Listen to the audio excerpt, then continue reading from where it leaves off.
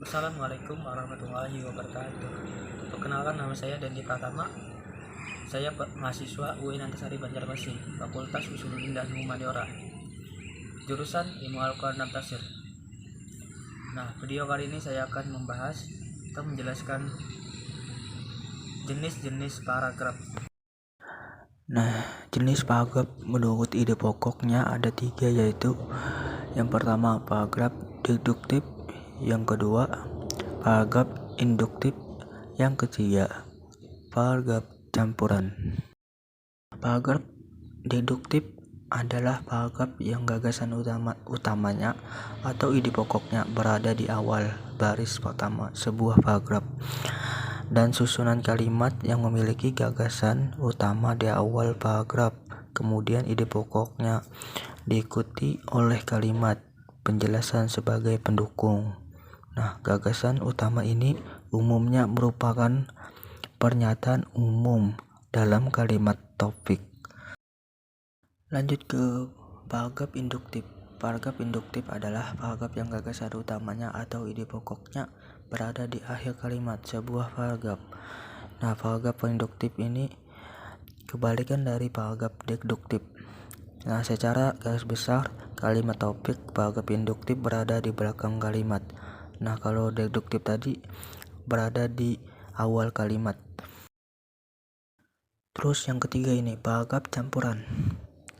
Paragraf campuran adalah paragraf yang gagasan utamanya atau ide pokoknya berada di awal dan di akhir kalimat sebuah paragraf. Nah, paragraf yang kalimat utamanya adalah ringkasan atau gabungan kalimat pertama dan kalimat terakhir paragraf. Lanjut, adapun contoh paragraf. Nah, yang pertama paragraf deduktif, yaitu kalimatnya kebersihan sangat penting bagi kesehatan. Kita harus selalu menjaga kebersihan, baik itu dari makanan yang kita makan maupun kebersihan badan. Nah, menjaga kebersihan badan sangat dianjurkan, terutama dengan mencuci tangan sesudah melakukan aktivitas tertentu. Lanjut, paragraf induktif. Nah, kalimat ini hampir sama dengan deduktif tadi, cuman kebalikannya. Nah, yaitu kita harus selalu menjaga kebersihan, baik itu dari makanan yang kita makan maupun kebersihan badan. Sudah banyak orang yang terserang penyakit karena kurang menjaga kebersihan.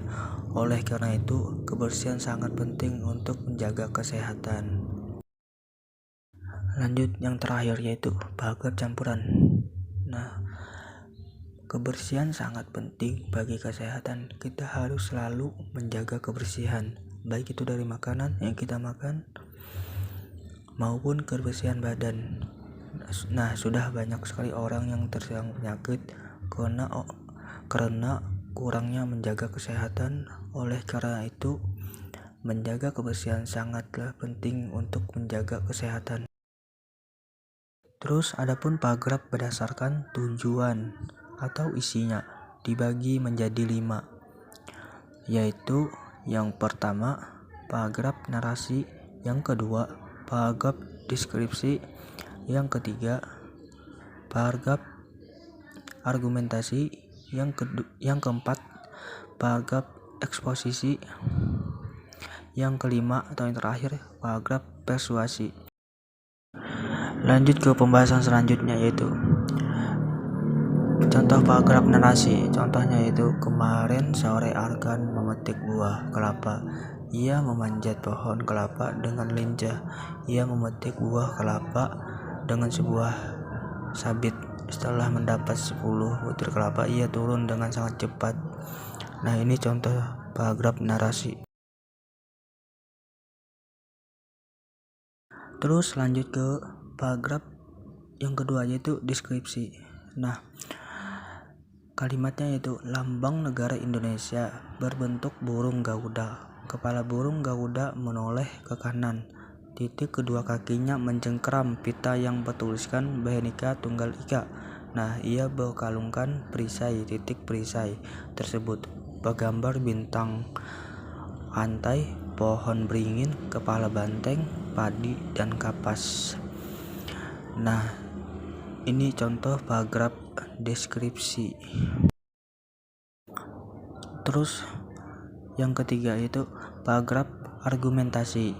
Nah, kesehatan tergantung pada makanan yang masuk ke dalam tubuh. Jika mengkonsumsi makanan sehat, maka kita dapat terhindar dari berbagai penyakit. Seandainya mengkonsumsi makanan bergizi seimbang, kita akan sehat. Hal tersebut terjadi karena makanan merupakan sumber tenaga, pembangun, dan pengatur tubuh. Nah, ini contoh paragraf argumentasi. Lanjut ke pembahasan selanjutnya, paragraf eksposisi. Contohnya, paragraf eksposisi tanaman lidah buaya memiliki kandungan nutrisi yang cukup tinggi. Karbohidratnya merupakan komponen terbanyak dalam tanaman lidah buaya. Vitamin C dan zinc juga terkandung di dalamnya. Selain itu, lidah buaya juga mengandung zat-zat yang berfungsi sebagai antioksidan. Terus yang terakhir yaitu paragraf persuasi. Nah, buku merupakan sumber pengetahuan. Dengan membacanya kita akan mengetahui sebagai ilmu. Semakin banyak membaca, maka wawasan kita akan bertambah. Nah, sebaliknya, apabila kita malas membaca, maka pengetahuan kita sangat terbatas. Untuk itu, marilah kita rajin dalam membaca.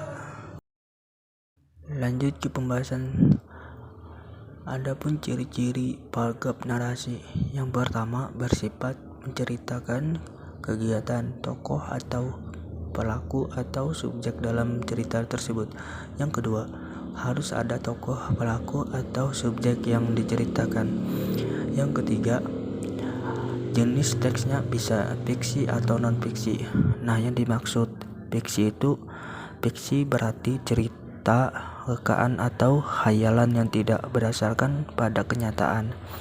Sedangkan non-fiksi memuat informasi, deskripsi peristiwa, tempat, karakter dari suatu objek yang benar-benar ada di kenyataan, dan bisa juga pengalaman pribadi atau orang lain.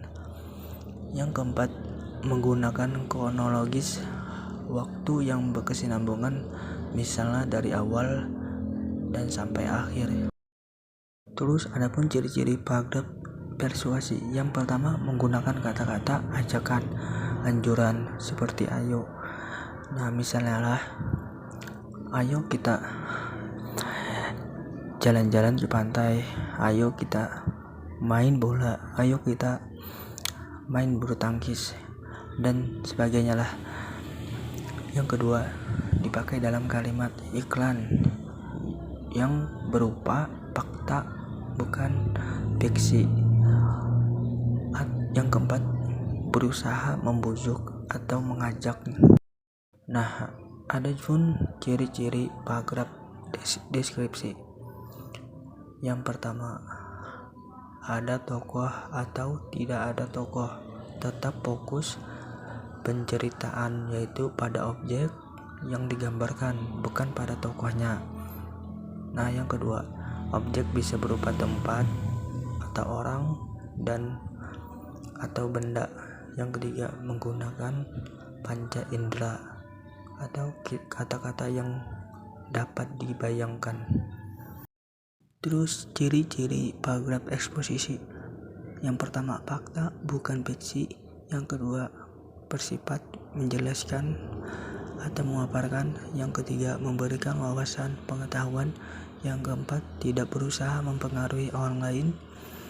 Yang kelima, diakhiri dengan kesimpulan. Yang keenam, berisi informasi. Nah, ini bagian dari paragraf eksposisi tadi, menyampaikan informasi atau pengetahuan secara singkat, jelas, padat, dan lugas, berbahasa sesuai ejaan buku. Nah, sekian dari saya.